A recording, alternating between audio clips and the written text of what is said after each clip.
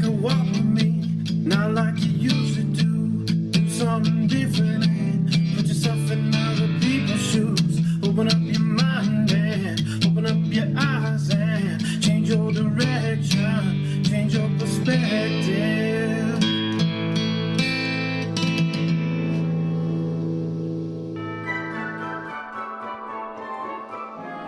Welcome into Other People's Shoes Part 2, the Christmas edition. The long-awaited episode with this guy, with Garrett. Garrett, how are you? Is this going to be like our yearly tradition? Well, I was going to ask you that before we started recording. So could you sign a lifetime, as long as the show exists, contract saying that you will always make time for Christmas shoes? I will put it right here on YouTube or all of our platforms that this goes to, that I will make it one of my priorities for during the holidays to always do a Christmas episode. Well, because I always feel like, so here's the story behind that. Let's kill that music. So here's the story behind that. Like, I never want to put a guest in this spot because I always feel like the guest is going to get kind of gypped or ripped off in a sense because, well, let's ask it's our so listeners. Close to Christmas. How many of you out there put comments in the doobly-doo or wherever, sit there and message Neil, do you listen to podcasts on the week on Christmas? Yeah. It's kind of the spot that Neil has always thought. It's a struggle. There, they get gypped because they don't get the spotlight. It's true. I always feel that way. I don't feel like that's a great Christmas gift to somebody like, hey, come on my show. By the way, no one's going to listen to your message. I think it's an awesome gift. But I that's do just too. Me. Yeah. So speaking of gifts, let's transition on us. So Garrett and I have decided to do our own What Happened When gifts. And so with that being said, Garrett, first off, I want to say again publicly, I know I say it quite often, but I want to say it again publicly. You did a fantastic job on the show. Well, thank you. And I miss you. I know. I missed you so much. You know when I miss you? When I have to write show notes. You know when I miss Which you? I still can't do. I'm sorry. You know when I miss you is I miss you when I have to upload to YouTube. I miss you then too. I don't know what he's talking about because he's doing an amazing job. I don't know if you guys can see that. In fact, stop it. After Neil started taking over, I went on YouTube to watch. I'm like, we're up to date. Not only that, but everything's on there perfectly. The transitions are better. I think everything's a little bit better now that you took it over. You know, iMovie is an amazing thing. So shout out to those people that do it. It's a lot easier to use than HitFilm, but it's not as good as HitFilm. Well, it's for me, it works. Yeah. So there we go. All right. So we're going to get into this. So Garrett and I have decided together, separately, of course, but we have decided to have 4 specific dates. Now, I'm a big fan of the number 4. That's probably why we settled on 4, by the way. I could have done more. You could have done more? I could have. Wow. I had like 7 and I had to narrow it down. You narrowed it? There were some that didn't make the cut? There are. Interesting. Some that did not make the cut. I can throw those out now. When I met Ashley, that was one. Oh, wow. Cut that out. My little sister's birthday. Wow. Becoming a big brother. Cut that one out. Wow. Part of my criteria, though, is I'm giving these dates to you. What do these lessons learn to me that I can impart onto you? Gotcha. So we're going to do that. And so you're going to see us unwrap some papers because, you can't really wrap up that moment. Right. And so we're going to do our best to kind of unwrap it in a sense for you right now. And a little bit of, showing how the sausage is made. As you're seeing this right now, you'll see Neil go over here and touch something over here to make sure that everything's still running, or going over to the beautiful Roadcaster. The doobly-doo. Let's see. Oh, can you bring it in? Oh, there we go. There it is. The beautiful board. That's what makes the magic of the podcast. That's true. That's what makes. So if you see him touching something like that, it's part of how the sausage is made. Yeah, now you know. So Garrett, do you want to go first? You are a guest in my home, so I feel like you should go first. Do you want to give the last present? Is that what it is? Maybe that's why. Okay. I want to give the last present. I randomized them. I know which one's the last present. Oh, wow. I randomized all right, them. you did I have randomize them. Too. You have your notes. Okay, so this is a physical tree behind us, not a real one. It is a fake one. It is not CGI. It is real. That is my real Christmas tree, my family Christmas tree. You can see Adorable different family on there. Ornaments through the years. This one I'm kind of proud of. Let's see if I can get to it right there. Oh, North Carolina. Of course. You might notice my hat too, just saying. All right, so here's present. I love opening things. I don't know about anybody else. little opening sound there. So here we go. So Garrett has this. Look at, you can see this on the, wait. There we go. If you're watching us on the video, you can see this on the video. But if you're not listening, if you're listening on the audio version, you're not going to hear the video. It's a lovely picture of Santa Claus. It is a lovely picture of Santa Claus. So go check it out on YouTube right now. So here's Garrett's date, June 30th, 1996. So June 30th, 1996. What happened on that date for you, Garrett? So on June 30th of 1996, it was I was 12 years old. I was very young, and my mom had been diagnosed with fibromyalgia, and she happens to have a harsher version of fibromyalgia. But it was my second week into summer break from school. Okay. And my mom had just heard from her friends that there's this weird kind of fungal tea. It's supposed to be a detox. What you do is you get this big vat of water, you add some sugar to it. Okay. And you get a sampling of the fungus itself, and it grows in there. It grows on top of it, makes this tea. Sounds completely gross, but It does sound completely gross. it is what kombucha is. Okay. So this was kind of like an earlier form of kombucha. And my little sister had knocked it off the table. Oh, man. My little sister being, well, if I'm 9 years older, she would have been 3 at the time. So she knocks this over. Mom gets upset because this is the only sample that she has of it. Her friends are doing the tea thing. 2 days later, we hear on the news that people who are immune suppressed or immune compromised, which fibromyalgia is, Okay. that they, if they drink the kombucha, there's a chance that they'll get hospitalized and die. Wow. So if your sister never knocks it off the table, chances are pretty good your mom drinks it and It would have gets been bad hospitalized. times. Oh, man. Very bad times. Yeah. So what did you learn from that? One of the things that I learned from that is my mom now, she has failing kidneys, and she needs to go on dialysis. And ever since that day when my sister knocked over that tea, I have always learned that every interaction with any person could be my last. Wow. And that is a thing that I think you already hold dear. Yeah. But at the same time, you never know when that interaction is going to be last. Struggling with that right now with some people. Are you? I am. You want to share? Nah. No? Not yet. Okay. It might come up. We'll see. Mm. So here's my look at this. You got to watch this if you're on the YouTube or on the video portion of it. So those of you who remember notes from high school, that's right. I wrote my wife notes in high school, believe it or not, and I would send them to her this way. And so if you're wondering how to get your paper folding like this, there's a little tab right here. You can't really see it because it's not as long, but there we go. And if you want to know in detail how to do these kind of little paper crafts, email the show and we will find a way to send you a step-by-step diagram. Yeah, I'll do a video maybe on how to fold those. I like that better. Maybe. I don't know. But Garrett, this is number 1. So here we go. There's 4 for me. Again, 4 for Garrett. I like so how you have these in order. Well, I wrote them out because, yeah. Anyway, I wrote them out that way. So all right. We'll see if this works. So let's see. Garrett's opening his gift right now from me. We Ooh, that's a good one. December 25th, 1989. So how old were you then? Do you remember? I would have been... I remember that because that was the first Christmas with my other little sister, the middle child. She would have been almost 1 at that point. Right. So I would have been 5. 5. So and a Garrett's half. 5, and I'm 9. So some perspective there. I wish I had a pen. Oh, I guess I'll have the episode to take my notes from. Yeah, there you go. So this is significant to me, this date is, because it is the last Christmas memory I have of my dad, my mom, my brother, and my granny. And the reason why I remember it so well is because back in the day, my dad had purchased a VHS camcorder.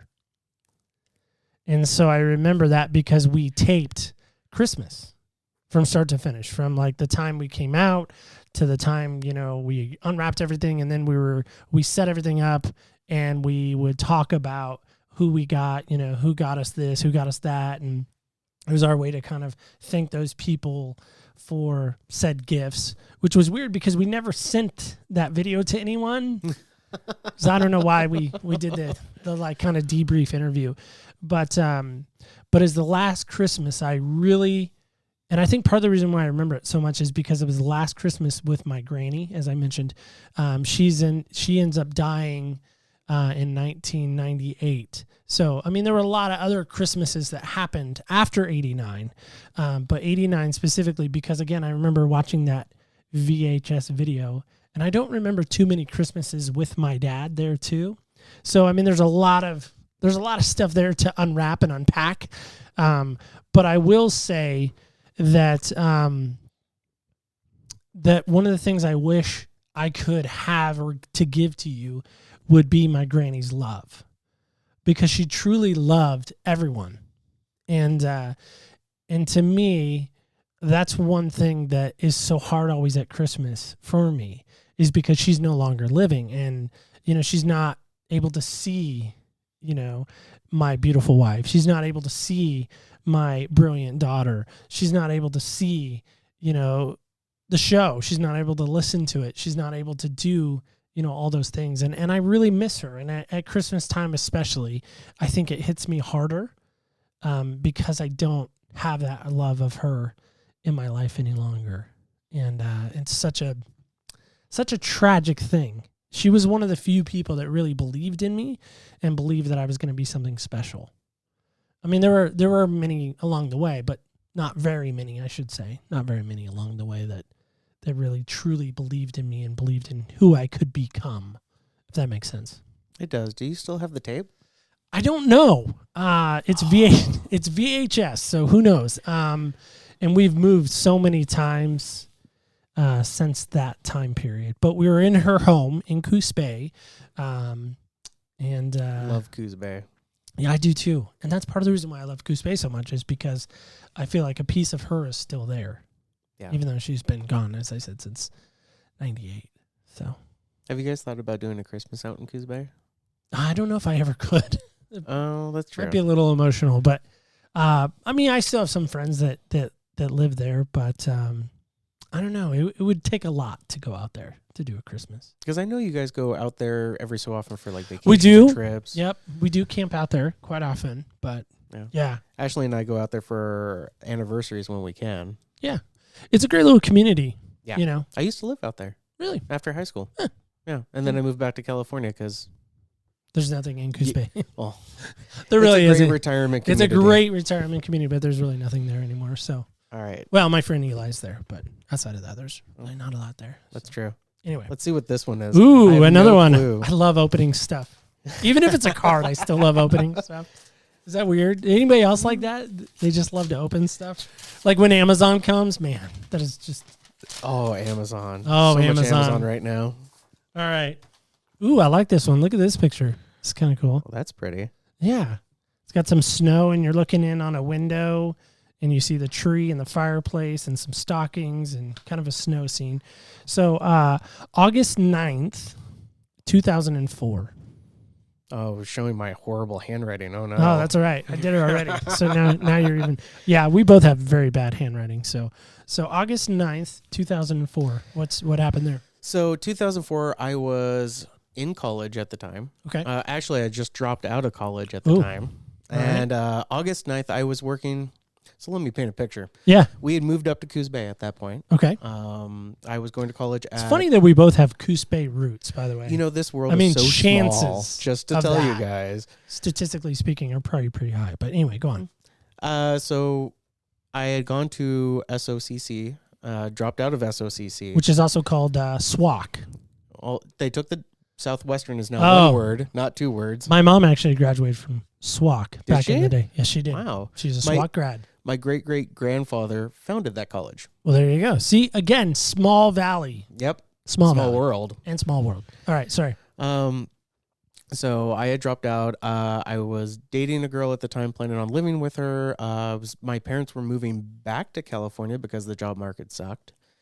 And at the time, my dad got me a job with one of the people he knew, and he was the owner and operator of his own cleaning business.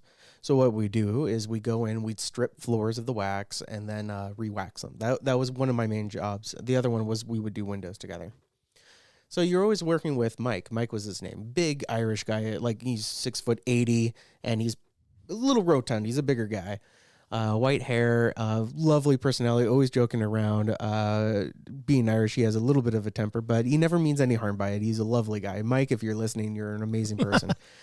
But we're cleaning the floors, and when you're buffing out floors, you can't hear a single thing. No. Their cars could be crashing outside. You don't hear it. So I'm using the vacuum, sucking up the stuff that he's scrubbing off the floor. And in between dumping of stuff, I'll go out clean. He'll fix his buffer machine. He says, hey, we were talking a little bit back and forth. He goes, your dad had a heart attack today. Just so casual about it.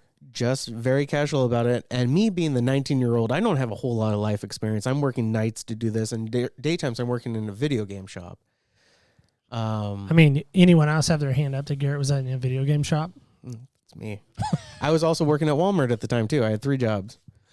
So I heard that, and my mind just kind of stopped. It was like hitting a brick wall. And we continued to clean. I was just very quiet and reserved, and I was just thinking. I was internalizing everything. I was trying to think, what are the consequences of this? Is my dad going to survive this? And throughout the whole next hour as we're buffing floors before we get to the next change out, I'm thinking, okay, I have to quit all these jobs and get a real job. I have to take care of my mom and my sisters. I have to become the man of the household. I have to do this. I have to do this. I have to do this. And the whole time I'm just becoming more and more tense and more paralyzed mentally. And it wasn't until we started changing out the water and getting ready to we just finished we normally did stuff like showrooms for cars because they have huge floors that need to be waxed. We're getting to the point where we're going to start doing the waxing bit. And I said, when did my dad have the heart attack? And he looks at me and goes, what? Oh, I was telling a story about a guy years ago. It wasn't your dad. Wow. And I had felt so much relief at that point. And the whole rest of the night is just blur. Can't remember anything. But I just remember that feeling of, oh, okay. All right. I can breathe. What a shock. Yeah. Wow. So you go from 1 minute feeling like, you got to do all these responsibility things, right? Become the man of the house, as you said. But then you realize that you don't have to do any of that because your dad's okay. Did you just misunderstand him? Oh, I entirely misunderstood. I mean, clearly. Apparently I don't have good listening ears, but I had thought that my life was entirely over and the rest of my life was going to be in servitude to the better cause, which is my family. Wow. But what I learned from that, and what I'd like to give to you, is to take things one step at a time. If I had said, okay, the first step is to finish this job, the second step is to go to the hospital, visit my dad, or clarify anything, I would not have been so emotionally paralyzed and stressed out. I would have been able to just relax and go through it. One step at a time. That can be a lesson really for all kinds of stuff. Yeah. Yeah. Because when we don't take one step at a time and we try to skip steps, sometimes bad things can happen, right? Yes, very much so. Especially in baking. Step at a time. Garrett, that reminds me of 8 steps that I am loving. Oh, are you talking about Lou? I am. I'm talking about my buddy Louis Giglio. He's grown on me a little bit. He has a great message about taking the stairs. He does. I'm just saying. I like the stairs. I think that should be the format for the show. But that's just me. All right. So here is number 2. It has a heart. That is a heart. That is my best heart. That is my best Your heart. best heart now? My best heart now, right. I don't draw very well, so but that is my best heart. So again, the same kind of folding job that I used in high school. Again, if you would like a diagram or a YouTube video, message the show. All right, let's get this. So here we go. Ooh, we have another December 12th, 1997. This is my favorite date, probably. Your handwriting's so much bigger and nicer than mine. Well, Your I tried to make it big so it would translate to video. That is so much better than what I tried to make it so it would translate to video. All right, 1997. How old were you? So I was 17. Oh. Yep, I was 17. I think I was 17. Nope, I was 16. Check that. I was 16. I was going to be 17. And, well, I think, I don't know. Anyway, it doesn't matter how old I was, does it? I mean, it kind of does. So here's the story behind that. I have talked about it numerous times on the show. If you've ever listened, you probably know what I'm going to say. But if you haven't, let me help you out. So December 12th, 1997 at 8:15 in the morning. Yes, I'm getting that minute and that specific, funneling it down. I actually skipped a class to go down a ramp at my high school, and down on the bottom floor of our high school, some group of friends of mine, and at the time, this girl that I was really interested in would gather every morning, and they would pray for their day, and they would pray over the school, and they would pray for just certain things that were going on in school. Most of us were, obviously most of us were Christians. We went to youth group together. We hung out at youth group together. We hung out outside of youth group. We hung out at school together. We pretty much, anytime there was a time to be around each other, we were kind of around each other, like this group of friends and I. And there was one girl in particular in this group. Her name was Elizabeth. And I had just started really getting interested in her ironically around Thanksgiving. And then we didn't end up making it official until December 12th, 1997 at 8:15 in the morning. I went down, pulled her away from the group, and I said something to the effect of, Elizabeth, will you be my girlfriend? Will you go out with me? And her answer is still, to me, very astounding. What do you think her answer was, Garrett? Let me think about it. Right? I mean, that should have probably been her answer. But she said, sure. Not yes. Thankfully, not no. But she said, sure. I got nothing else going on. Yeah, sure. Sure. What's funny is you fast forward on November 21st, 2000, I asked her to marry me, right? Now, most people, when they ask someone to marry them, we've seen the movies, we've, been around, and most of us maybe have been asked, at least the lady listeners, have been asked to be married. Usually your answer is, what do you think it would be? You're not a lady, Garrett, but what did Ashley say when you asked her to marry you? She said yes. She said yes, right?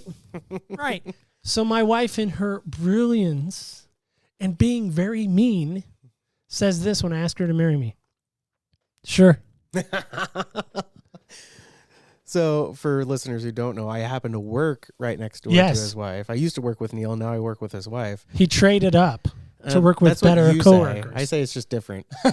But no, she said sure that day. And so for me, sure. But I guess the part I would tell you about that I want to give you, the date that I would want to give you on that, is the fact of pursue love. Is do whatever it takes to get with the one that you love. Whether that means you have to skip a class, whether that means you have to, Not that Neil is encouraging ditching class. I am when it's involving love, okay? But in all seriousness, there's something to be said about pursuing love and really, doing whatever it takes to be with the ones that you love, but also, the idea of courting someone and dating someone and really truly wanting their best, not your best, wanting them to have the finer things, even if that means that you have to, maybe give up something. So my wife is amazing. She's brilliant. She's gorgeous. She's smart. She's just I'm so enamored with her. And it'll be 20 years next year married. And I still kind of just kick myself a little bit because I'm like, man, how on earth did that happen? What does she see in this nut of a me, that she's willing to spend the rest of her life with? So you're quite lucky. Blessed. And that some would is even say a huge mention for Elizabeth. So is it $1 per mention? Because that's worth $10. That might be a $10. I don't know. Gonna have to have some more donations to the show. So if you'd like to help me pay back my debt to my wife for all her mentions this last, almost 2 years of doing the show, I'm open to that. I love it. I'm open to that wholeheartedly. So let me give you this next one. Okay. And while you're looking at that, I'm going to look at my note. I'm so bad with memory. I have to start making notes. See, I immediately see the date and I know what it is. Of course, I just wrote mine like 10 minutes before we started recording. So, all right. Okay. So this one, look at this one. It says Noel. I first thought it said Neil, but sorry. Because it had the N and the L. I was like, oh, Garrett got me a personalized card. But it says Noel. I thought about changing it to your name, by the way. You should have. Just like some Sharpie in there. Thought about it. I mean, you could almost put an I in there and it's the wrong spelling, but it's close. It's very close. All right. So he has September 24th, 1992. September 24th, 1992. What happened there? So at the time I was living in Lake Berryessa in Napa County. You've moved a lot. I went to 7 different elementary schools because we moved a lot. So 7 different elementary schools. I was lucky if I got a full year at any one. Wow. Yeah. All right. There was once, it was 4 different elementary schools in 1 year. Wow. So we always moved because there was better opportunities, sure. better houses. My dad would get better pay at a different job, whatever it was. Okay. So we're living in Lake Berryessa. Where is that, by the way? So if you were to go from Napa Town itself and take Highway 37, which is kind of like the back roads, you're starting to get out of the Wine Valley and not up the Wine Valley. It heads up into the mountains, and then you get to Lake Berryessa, which was originally it was just Berryessa Valley, and then they made it into a man-made lake. They put a dam up, and that's a water resource. Gotcha. So if you go scuba diving there, you can see the old church and the old buildings because it's all down there at the bottom. It's very weird. Wow. Yeah, when there's droughts, you see the church peak come out. That's interesting. It's weird. Yeah. But so we're living up there, and there's a guy coming out to do some kind of air conditioning fix, I think it was. I think they're plumbing. All right. He has a big old truck, and on the trucks how they have these utility sides that come down so you can put tools and whatnot on it, a workbench, so to speak. Right. He had that down. My mom's outside talking to the neighbors, and me and my sister are out in the driveway running around this work truck. We're playing tag. Oh, that seems like a bad idea. Oh, it gets worse. So my sister was 3? Yeah, about 3. I'm about 6. And she's small enough she can run underneath this workbench without ducking. So we're playing tag. I'm running around. We're coming up to where the workbench is, and I duck underneath. She pulls ahead because she can not have to duck. And apparently ducking makes you lose speed. So we come back around. I'm almost touching her. She's wearing a hoodie. I'm not. I duck. I lost some speed. But not much. I'm so close to catching her. Third time round, I come over. I grab the hood of her hoodie, and the truck comes. Dink. Wow. At max speed, whatever my max speed was at that time. So my head hurts. My mom apparently, I just shared with her the story because I told her we were doing this. And she goes, "You were an idiot. I told you not to hang around that truck at all. Go back upstairs. Quit playing outside." So I have my hand on my head, and I'm going up the stairs because we lived upstairs at the time. The garage was bottom story. I go in the house, and I look at my dad, and I go, "Dad, I hit my head," or whatever sniveling voice a 6-year-old has at that point. That was pretty good. And he looks over at me, and his eyes just go from this to a really surprised look. Losing the color in his face. Wow. And he grabs the dish towel that he was using to dry his hands and brings it over to me and puts it against my head. At which point, he carries me downstairs to the car. What I didn't realize at the time was I had blood running all the way down my shirt and was starting to get soaked. Oh, my gosh. Head wounds bleed a lot. We went to the hospital. So normally when you're driving from where we were in Lake Berryessa to Queen of the Valley, which is the main hospital in Napa, it takes about 35 to 40 minutes. We made it there in 10. Wow. This is in the hills, windy roads. I thought I was going to die, not because of blood loss, because of a car accident. My dad thought he was going to die. My Surprised mom was he didn't driving. throw up. I think I was in too much pain to throw up. Yeah. 3 stitches later, really cool. Look at this scar in my head. School. Some people could say that's how I got the way I am. Is Let me I hit tell you my head. about my scar. It was so cool. All I have 3 scars. stitches. I remember everything about that. It was just a fascinating moment of stupidity and entertainment. Nowadays, So did your sister fall back when you grabbed the hood? I don't know. I have Okay. no clue. I know that I let go. Inquiring minds. But the thing that I want to share with you Yes. on that is the major lesson I learned from that for life is whether you can or not, you should sit back and ask your question of yourself of whether you should. I definitely could grab my sister's hood and tag her. But should you? I should not have. It was not worth the consequence. And I can think of it as an adult now. Carrying a kid into the ER with a bleeding head wound, possibly getting a speeding ticket. There's so many things that we could have died going down the hill. Looking at it as an adult, I was so stupid. So very dumb. And Garrett, you're going to be a dad, so you can pass that lesson along to your In to your about son. 2 months, depending if he wants to be born early or not. Let's hope he just stays right on time. I am hoping so. All right. So here we go. Number 3. Super excited to share this one with you. I like it. It's green. I kind of alternated. I went green, red, green, red. Did you? I did. Yeah. I'm shocked there's no light blue. I know. Well, I didn't think it would show up on the paper. Oh, what about dark blue? Oh, you wanted Christmas colors. Dark blue. There's no such thing as dark blue. There is. Dark blue's my favorite. Most blues are my favorite. Yeah. All right. So what do you got? What date is this? We have April 15th, 2012. Oh. The year that the world was supposed to end. Was that the year the world's... That's the Mayan calendar. Huh. Remember? I don't remember that, but it's also tax day, some would say. Oh, yeah. April 15th. Your taxes are due. Yeah. But this was in you're doing taxes in 2012. Yeah.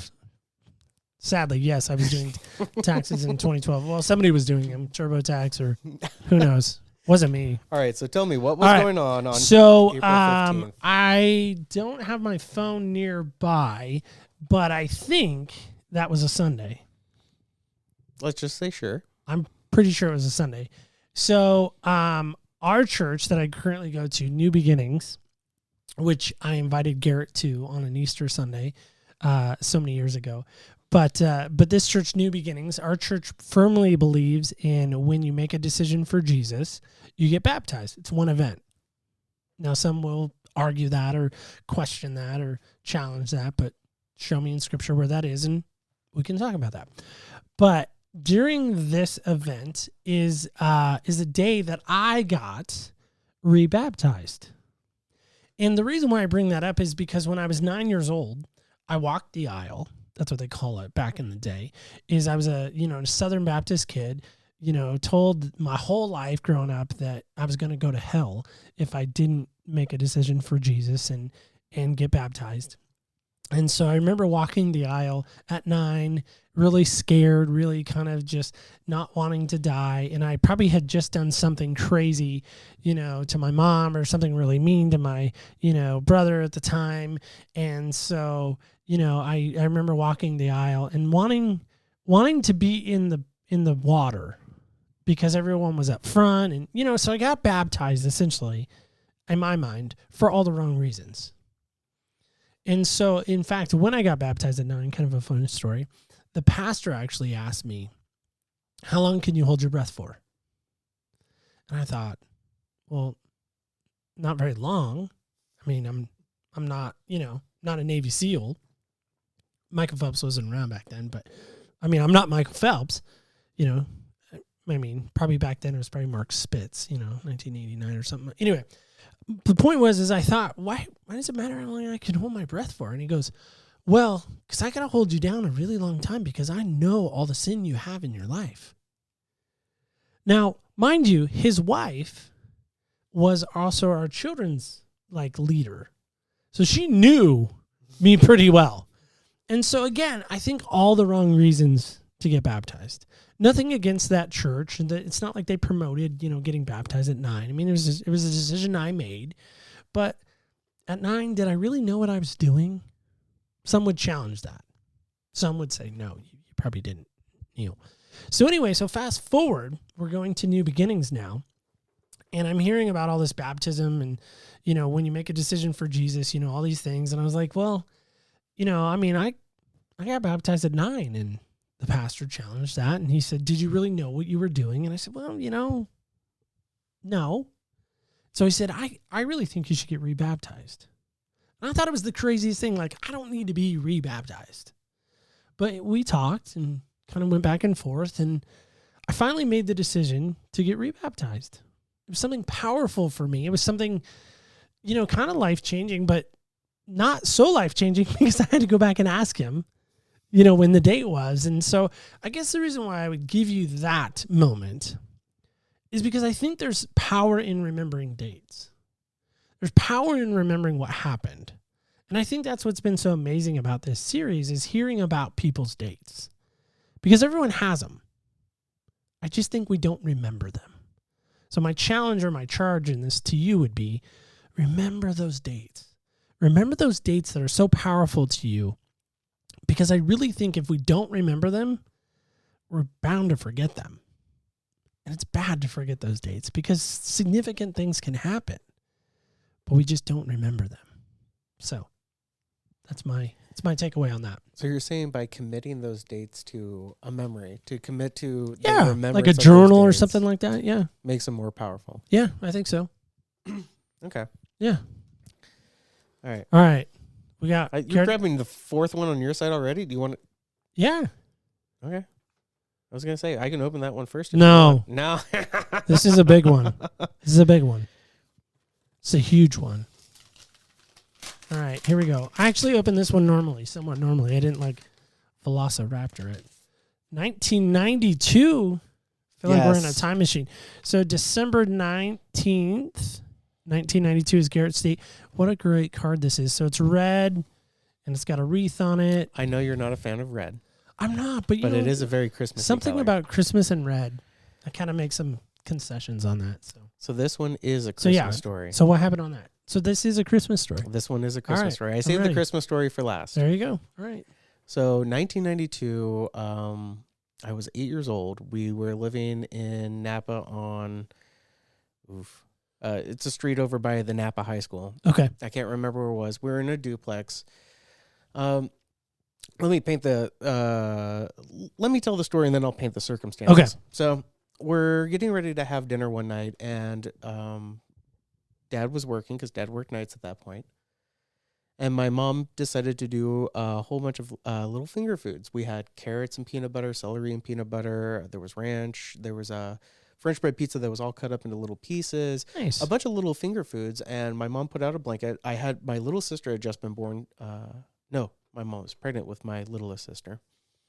And she put a blanket out in front of the Christmas tree, and all the lights in the house were turned off except for the Christmas tree, and we had some music playing.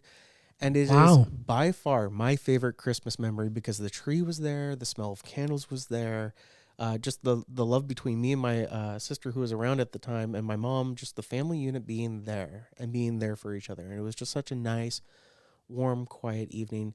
Whenever I think of Christmas, that's the night I think of. Now, your dad wasn't there, you said? My dad wasn't there. Let me paint the picture for what was going on, not from my perspective, but from the household's perspective. Okay. My parents were going through bankruptcy. Wow. They had one car because the other car got taken away because of bankruptcy. My dad was working 2 jobs to keep us in the house we were in. My mom was pregnant with a third. My mom was finding out that she might be sick, like actually have an ailment. Family ties had been cut away. My mom's friends had been cut away because of differences in opinions for, I'm trying to remember all of it. There was family drama, and they were cutting our family out. And mom's friends didn't like how honest my mom was. They wanted to be catty and whatnot. So everything from my parents' perspective was being cut away. They were living as poor as possible, or as poor as you can think. And despite all that, there were still presents under the tree. We still ate every night. My parents might not have, but us kids did. And it's my favorite Christmas memory. And when I told my mom that 2 or 3 years ago, no, probably 5 years ago now, she goes, "What? That was the worst Christmas I can think of. We didn't have anything for you guys." And I go, "No, you guys had plenty of stuff for us. We had the tree. We had the love of the family. We had dinner. We had the lights. Everything was perfect that Christmas." And she goes, no, maybe you don't know what was going on. I go, I know we were going through bankruptcy at the time, but that didn't affect anything. The family was still loving. In fact, if anything, there was less of a distraction. Wow. Less of a distraction. So my point to that story for you, the reason I chose that for you is no matter what the circumstances are, no matter what's going on, love the ones who are close to you in your life. Make sure that they can feel that. Make sure that you do the best you can. Wow. That's good stuff. I think there's so many times when, especially as a kid, you know, we want the newest, we want the greatest, we want the latest, you know? And I think sometimes we forget that Christmas isn't about what's under the tree. Sometimes the things that we want, really want, can't be wrapped. Yeah. Yeah. That's good stuff. All right. So this is my last one for Garrett. And so Garrett says this looks like, what'd you call it, a manger? I thought it was a manger. I It's thought that not- was a roof right there. It's not a manger, Garrett. This is origami. And when I was in first grade, we had a lady come in and teach us origami. She made us frogs and swans. This is a piano. I can Believe see it or it not. now. Okay, it's a piano. And so from first grade on, I have remembered how to make these. That's awesome. So there you go. So unwrap that little thing there. Do your best to. Is this how did you learn origami and that's why you folded all these that way? No. Those I don't even remember the notes from high school, like folding way. I don't even remember how that started. I think probably a girl showed me. I don't know. Probably. And I probably just copied it. We have March 23rd, 2019. Yes. So a recent one, pretty recent. That is really recent. Yeah. Way more recent than any of mine. Yeah. So I actually had to go back and look at this date specifically. I guess I should show it. And I think I'm pretty good on the date. Like it might be close. I think I might know. Okay. What do you think it is? See if you can guess it. It's because, the world revolves around me. So the two things I can think of are either, March 23rd. I started being part of the show in 2018, didn't I? Yeah, I think so. Oh, then I'm way off. Yeah. So March 23rd, is that right? Mm-hmm. So let me kind of set the scene for you here. So I go to my dad's for dinner one night.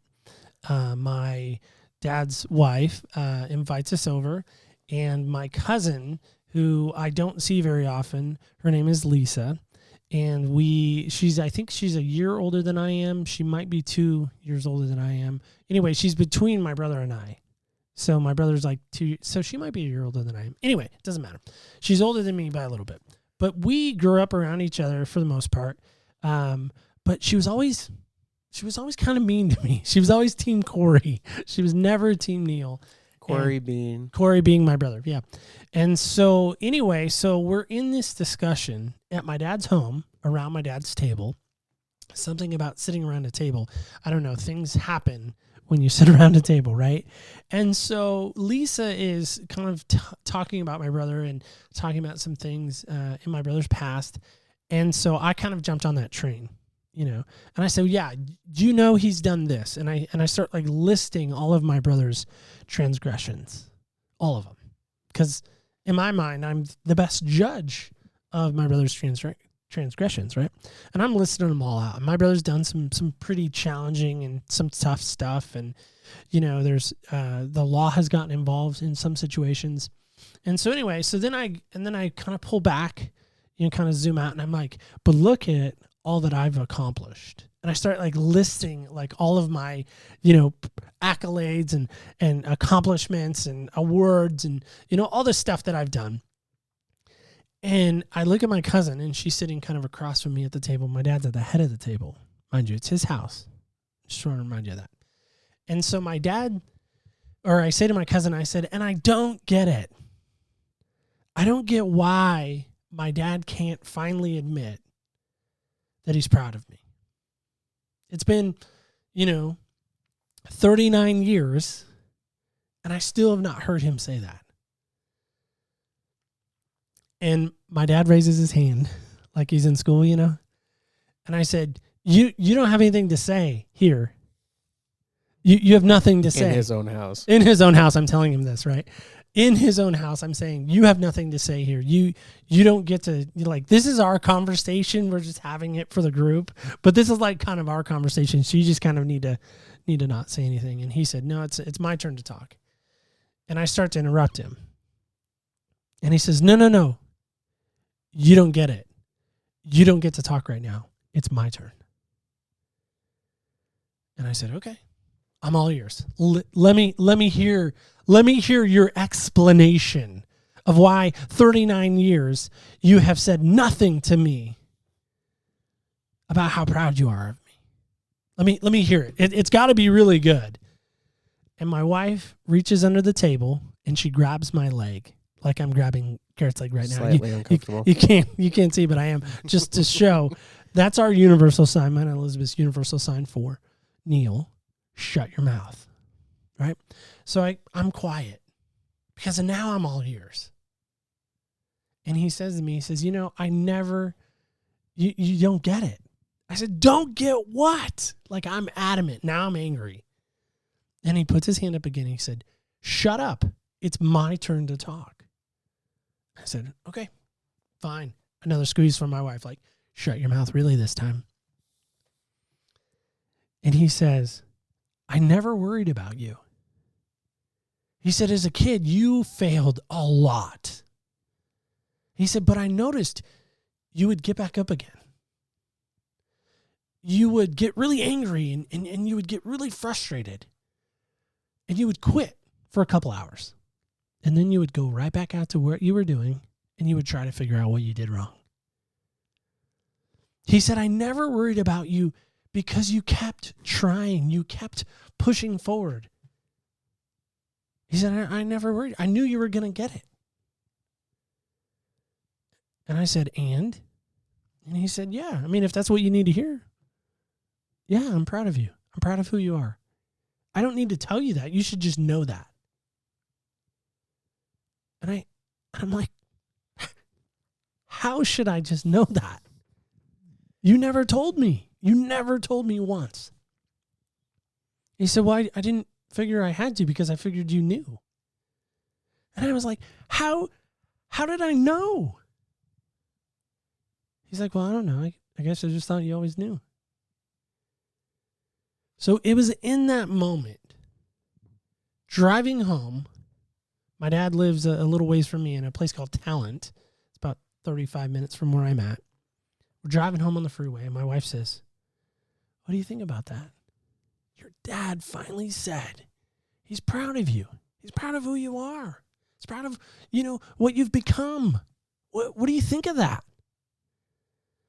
And I was like, wait, you heard that too? Like, you really heard that? She goes, yeah. She's like, that's what you've always wanted. I said, I know. And I said, who cares what anyone else will ever say about me? My dad is proud of me. What else do I need? What else do I want? And it took 39 years to hear that. 39 years. Anyway. So interesting to hear because he thought you should already know. Yeah. So my takeaway for you would be, now that you're going to have a son, is don't leave him guessing. Don't make him wait 39 years. Tell him every day. Tell him twice a day, 3 times, 4 times, however long it takes for him to get it. Because like I said, I waited 39 years. I don't ever remember a moment as a kid, my dad coming up to me and saying, man, I'm really proud of you that you did whatever it was. I never knew. I always guessed. Some people remember this maybe from Mad TV. There was a skit that I think his name's Michael O'Donnell, not the singer, but there's another actor. But he would play this character called Stuart.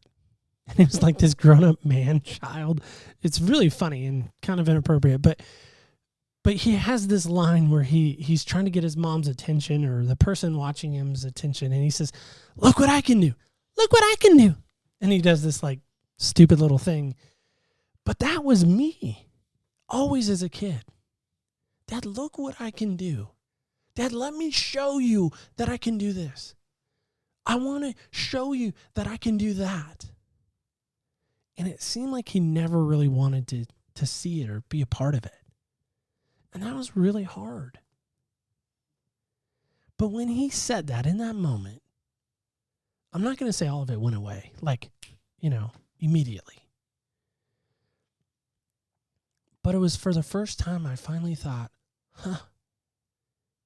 he did see me. He did notice me. Yeah. That's powerful. Yeah. I know. Which you had him on recently, didn't you? I did. Yeah, 100th episode. I sat down with my dad, and I don't know. I'm glad I did it, but there was so much more I wanted to ask. And so much more I wanted to dig into. And that's the hard part still about interviewing that I'm, working on and learning from is how to ask really good questions. So, but no, I would just challenge you in that respect to just tell your kid, that you're proud of them. So there you go. I appreciate it. Now you make me think. Wow.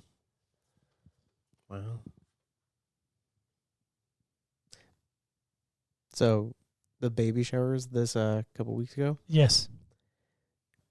seeing all that stuff being brought into my house makes it all that much more real. Oh, buddy, it doesn't get real till he shows up and starts crying. That's what I've heard. Yeah. Then it's like, oh, it is a real baby. He's a real baby. So what do we got? What do we got here? Well, I figured it's not an episode until we play Senseless. Oh. So I figured that's a great way to end our... I guess we both have to do it, don't we? Yes, exactly. This is the second time. What did I do on our episode where I was on? I don't remember. I'd have to go back and listen because I think to it. we can't do the same one again. Well, who knows? We might have to. We might have to. So here we go. I'll let you go first. Okay. So this Here, is roll for me on the table. I can see it right there. This is for Garrett. Garrett's roll for Senseless. A 1. Number 1. Ooh, how do I want others to see me? That's a good question. Especially since it leads into next season. So Does it? it does. So I can announce that. Oh, yeah. No, announce that first. I'll announce that. afterwards. So you think about that. So next season is going to center around how we see people. So when you meet somebody, what's the first thing you notice about them? Maybe it's their eyes, maybe it's their hair color, maybe it's their physical feature about them. North Carolina. Maybe. But how do you see them? And then how does that transition into who they really are? So, and we're going to be asking some really good questions. In fact, speaking of ask, we're giving away right now, if you're still interested, a book by Mark Victor Hansen and his wife, Crystal Hansen. They wrote a book called Ask. And so this is your last opportunity. Ashley wants that book, by the way. This is really your last opportunity to be a part of that giveaway. Could Ashley enter in? Why couldn't she? Anybody can enter. Because I'm like alumni from this show. No, That's it's why. fine. No, you can enter. She can enter in. It's a great book. I'm actually working through it still. I'm on my second go round because it's so good. So I'm listening to it again a second time. And he's the one who worked on Chicken Soup for the Soul. Correct. Okay. Yep. So yeah, if you want to be part of Ask, go right now to social media. We have started back on the 1st of this month of December. And so you'll see a special post every day. Just put Ask Now, and you can be entered in to win. Awesome. And so I'm going to announce the winner on season finale day. Awesome. So I'll be doing that live on I was going to say, is that Facebook, Instagram. New Year's? So Close to New Year's? it's like New Year's Eve. Okay. Because New Year's Eve is the 31st. I'm getting ready for a lock-in. Ugh. It's painful, Garrett. It's gonna be fun. I hate lock-ins, but anyway, back to you. So, right. how do people see you? Oh, how do I? Is it how other people see me, or how do I want other people to see me? Yeah. So how? Yeah. What you said, the second one. Okay. So it's hard because I have kind of two answers for that. One is I want people to see me as kind of the easygoing nerd. Yeah. That way, nerddom is now the pop culture norm. It's what people love. It's Marvel films. It's My Little Pony. It's whatever. Nerddom is kind of the pop culture at the time. Yeah, because back when I was growing up, same here. None of that was cool. D&D? Oh, I'm gonna throw you in a trash can. Right? None of that's fun. I mean, all that's fun now, but back then it wasn't. Yeah. Now it's kind of the norm, but there's still people who have some misgivings that they think that their nerddom is going to be criticized or what's the word I'm looking for? Chastised, maybe? Kind of. Okay. Persecuted. Okay. There. All right. So I want people to see that as kind of a place where they can come and be comfortable with me, but that kind of reflects the second way that I want people to see me, and I don't want them to see me. I want them to see Christ. I want there to be less of me and more of him. That way they can get to know his love, his story, and want to know more. That's really what I want. And I feel like through the nerddom, it's a gateway to a lot of people who don't have that avenue normally.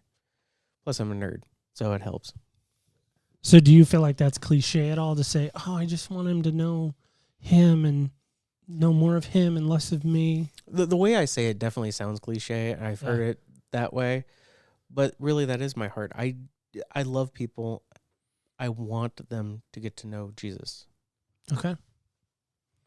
So you shake it up for me. I don't know. It's so amazing. There we go. All right. Number 4. I think that shows up on video. There we go. Is that the one we did before? I don't know. Maybe. Sound or noise I'd love to hear. No, I don't think that was. Did I get a different one? I think, well, we can look up on YouTube afterwards. I don't know. It doesn't matter. So my number 4, which is this, is what sound or noise do I love to hear? So I love to hear 2 things, really. It's my question, so I can add 2 things to it. Normally I just allow 1, but well, my I show did 2 too. Yeah, well, there you go. So so my number 1 is I honestly love to hear my wife say that she loves me. I really love to hear that. Like there's nothing on the planet I want to hear more. And then second to that, which is a very close second, is to hear my daughter say that. Daddy, I love you. It's a very close second. Those 2 things. So so yeah, there we go. Is Adia going to start getting mention dollars? Mention quarters, maybe? I can't even afford my wife's mentions, so let's not go there maybe. But Garrett, thanks for doing this. You could have been anywhere today. You know, you could have done anything today to not come in and sit with me one more time, you know, for our Christmas shoes part 2. This show is something special to me. Whether I'm still in it or not, it's still something special to me. Why has it always been so special to you, do you feel like? Let's see. Well, because the show kind of has a Christian background, this is kind of a Christian outreach too. There's definitely an aspect of that where people can at least get a flavor of Christ, where they can hear a little bit. But the primary reason I love this show is because it encourages understanding, caring, and love. It's not a show where we sit there and have a political platform, although we did mention something in politics this year. We did. We had a political episode. I know. Look at that. But it's saying, you know what, you can have your perspective, you can have your point of view, and it's okay that you have that. Let's discuss it in a non-threatening manner. Let's discuss it in a constructive manner. And that right there is just the beauty of your show. Yeah. I just love it. I do too. I just love my show. Is that bad? No. I don't know if it's bad or not. It's like another child to you. It kind of is. It requires a lot of time. Oh my gosh. Diapers, bottles.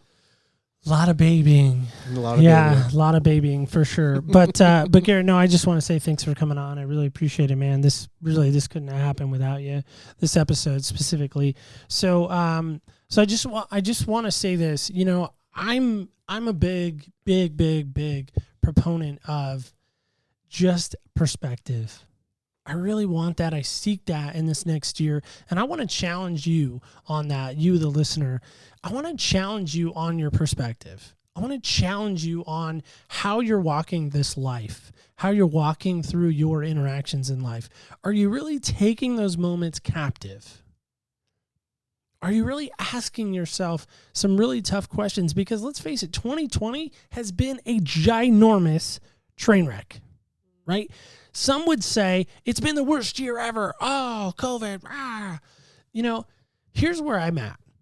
What did COVID teach you? Because for me, I'll tell you what it taught me. It taught me to slow down.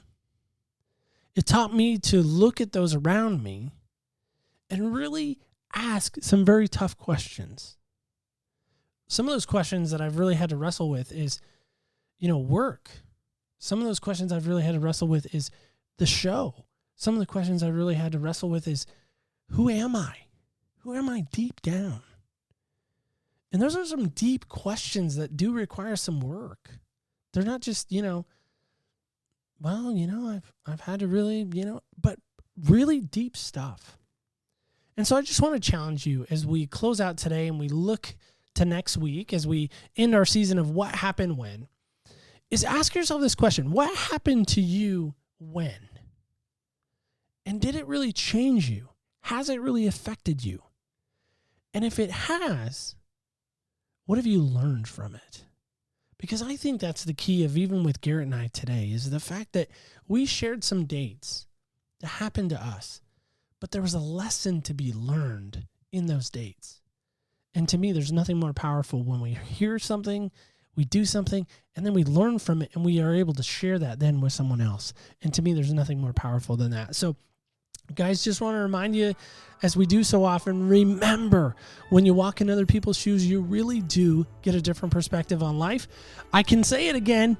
On behalf of myself, Neil Matthews, and on behalf of Garrett, guys, thank you so much for listening. Stay tuned till next week when we walk in other people's shoes. Thank you so much for joining us on Other People's Shoes today. As you know, I'm your host, Neil Matthews. Want to say thank you to Garrett one more time.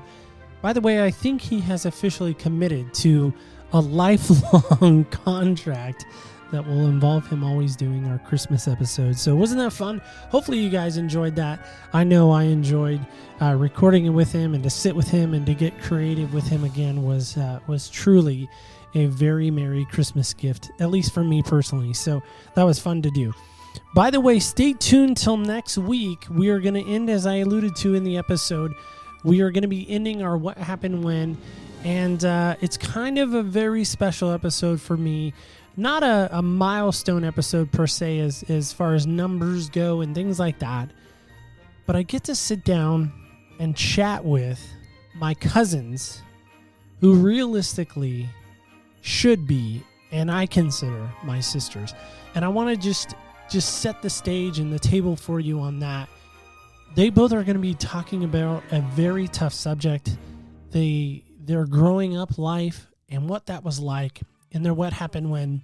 And I'm going to tell you right now, it is a very emotional episode for them. It was a very emotional episode for me, because we got to walk down not only some childhood stuff, but we also really got to dig into their story and their What Happened When. So will you make time to join us next week? That, of course, will take place on December 30th, right before the new year, sneaking in a show right before our New Year's festivities begin. So make time, join us next week, next Wednesday specifically. That's when that will take place, of course. OPSpodcast.com is a great place to come back each and every week. That, of course, is a place where you can listen to past, present, and future episodes. The store is there. You can leave a voicemail from there. You can even connect to me personally through the page. We have a connections page. Just click on that, and it'll send me an email, and we can talk. We can interact. We can hear more of your story. And in fact, I am currently looking for future guests to be on Other People's Shoes. So if you're interested in that, we also have another page dedicated just for that called Be My Guest. There, of course, you can connect with me to be a future guest on Other People's Shoes. So if you're interested in that, of course, want to call your attention to that at opspodcast.com. And as we kind of wrap up today, I just want to remind you guys so often as I say this, but more specifically today, Christmas being in 2 days from now, will you do me one small favor? I know I generally ask a lot of favors, I know. But do me this favor. This Christmas specifically, will you remind not only those that you're around, but maybe even pick up the phone and actually have a conversation with someone and really ask them this question. Have I been very merry to you? I know that sounds kind of funny to say, but if you haven't been, and of course wait for their response, but if you haven't been, is there any way, is there any ability you have personally to fix that? I mean, some may even view that as a Christmas miracle. Is there a relationship in your life right now that you need to fix? And if there is, do you have the ability to fix it? That maybe once and for all, this is the moment. This is the season. You finally let go of that. Whatever it is. The ghosts of Christmas past can finally be put to rest because you've been able to let that go. If you are able to do that, let me know. I'd love to hear from you. Of course, you can reach out to it at opspodcast.com, click that connections page, or leave us a voicemail. Let us know if you were able to maybe mend a relationship, or maybe in some way you've recognized that, you know what, there are some relationships that you need to work on.